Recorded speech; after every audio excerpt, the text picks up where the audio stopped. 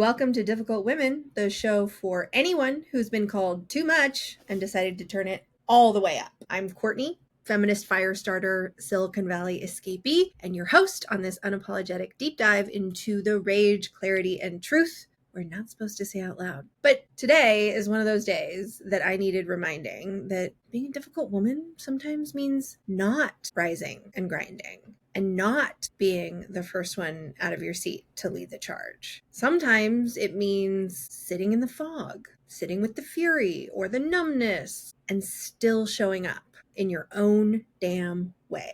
And that's what today is for me right now. I almost didn't record this. I haven't been recording. I have had other things that have taken priority. And I'm in that weird dissociated but scrolling space where my brain is kind of buffering. But I'm here.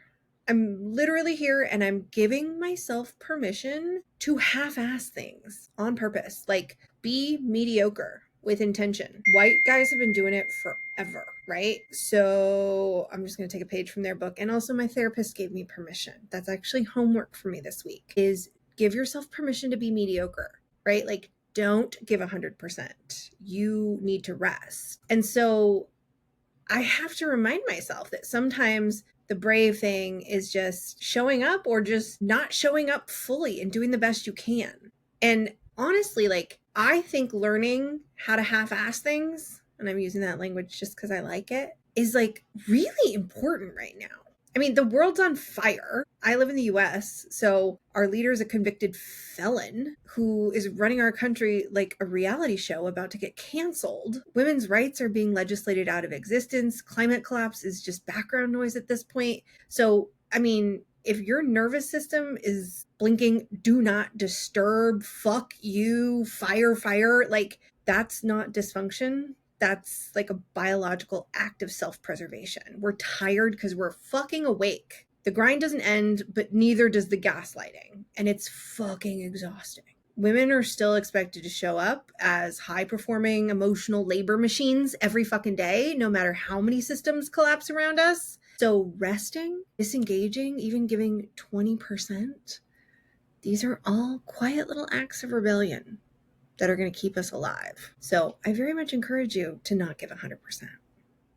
And neurodivergent brains especially are not built for this bullshit. Your capacity is not a moral issue.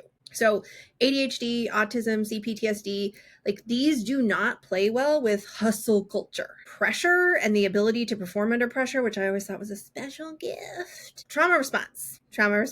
And for me, also as a late diagnosed ADHD woman, like, that was a coping mechanism because that panic gave me the dopamine that I needed to get the thing done. But like, chasing the panic to get to the dopamine fucks your nervous system. So then we get things like executive dysfunction that fill us with shame, but it's not a failure. It's your brain putting up barricades for your own safety.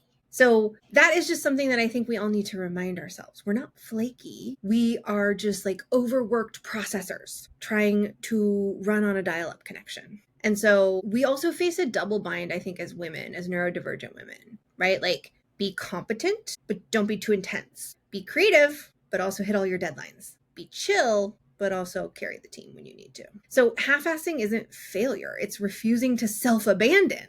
It's putting you first instead of abandoning you and giving more than you really can to meet someone else's expectations. So in my mind, half-assing is a form of resistance, not regression, right? Like, I look at this as leadership. Being honest about your capacity shows others how to respect their own. So you're modeling sustainability, not slacking. Good enough is often radical. It keeps you from burning out. It breaks the perfectionist industrial complex, and it makes space for real creativity to come back when your brain is ready. I, as a late diagnosed neurodivergent woman, had to learn, oh, I am very cyclical and I need to give myself permission and grace and understand that, like, every part of the cycle is part of the process. It just doesn't fit neatly into a corporate box. And a revolution doesn't require you to be on fucking fire. Sometimes it needs you in bed, eating crackers, quietly refusing to perform for a broken system. I wasn't doing that last week. No, but you know, it's okay if you were. I was doing that. It just wasn't last week. But my whole point is we need permission oftentimes as women, especially as late diagnosed neurodivergent women. I am also somebody who has existed in a much fatter body and have just been used to being everything being my fault and having to give